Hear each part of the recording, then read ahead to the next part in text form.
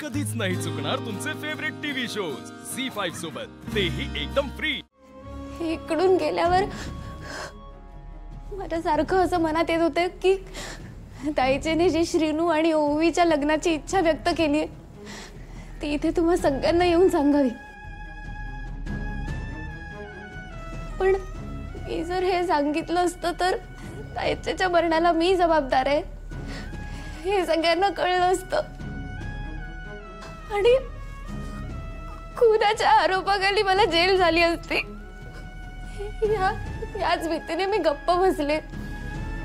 पण उमा त्याने हेच विचारायला मला इथे बोलावलं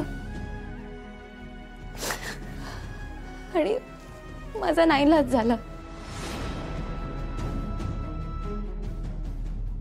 वा वा वा, काय साळसूतपणाचा आव आणतेही।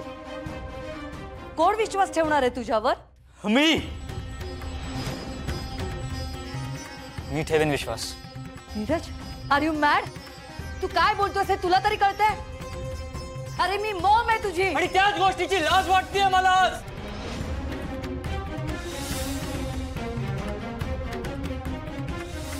आई आहेस ना तू?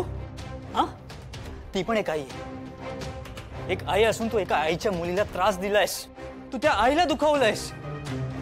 श्रीनूच्या लग्नाची प्लॅनिंग करून त्याचं आयुष्य उद्ध्वस्त करण्याचा प्रयत्न करून तू लाली आत्याला दुखावलंयस। ती पण एक आई आहे। अगं तुझ्यामुळे ओवी, आय एम सॉरी, ती ओवी आई होऊ शकत नाहीये आज। आणि आई होणाऱ्या माझ्या निशीला टॉर्चर करून तू त्रास दिलायस। अगं आई, मॉम, हाक कुठलीही असो, पण त्याच्या मागच्या इमोशन्सचं, फीलिंगचा अपमान केलायस तू। अगं तुला जर निशी आवडत नव्हती तर सांगायचंच ना मला। मी माझ्या निशीला घेऊन गेलो असतो ना तुझ्यापासून ना, वेगळे राहिलो असतो आम्ही। तसंही मी तुझ्यापासून वेगळंच राहत होतो ना।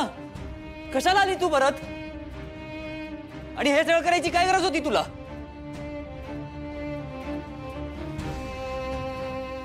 ज्या बाईक स्वतःच्याच मुलाची पर्वा नाही, एका दुसऱ्यांच्या मुलाची काय पर्वा असणार? मेघनाबाई, फार चुकीचं वागलात तुम्ही आमच्या सोबत। स्वार्थ, ढोंगीपणा याने माणूस माणुसकीतून पण उठतो।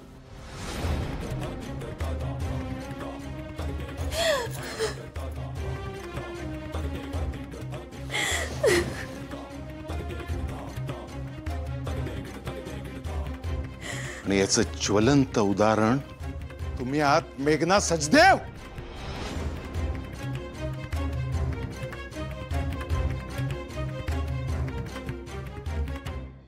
झी5 ॲप डाउनलोड करा आणि पहा सर्व एपिसोड्स एकदम फ्री।